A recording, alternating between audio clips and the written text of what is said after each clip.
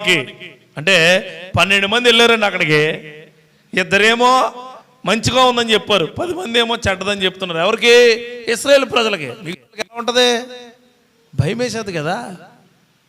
4 మనుషులు వెళ్ళి ఒక మనిషి అంతా బాగుంది, 3 మనుషులు ఏం బాగాలేదంటే ఎట్టా ఉంటుంది?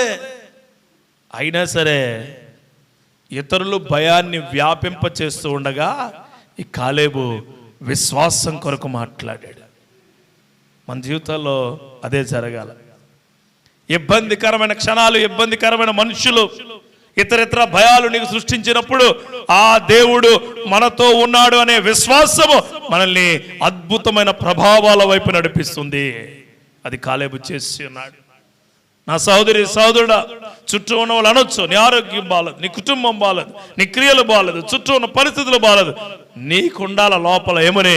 దేవుడు నాతోనే ఉండి ఉన్నాడు, ఆయన నన్ను నడిపిస్తున్నాడు.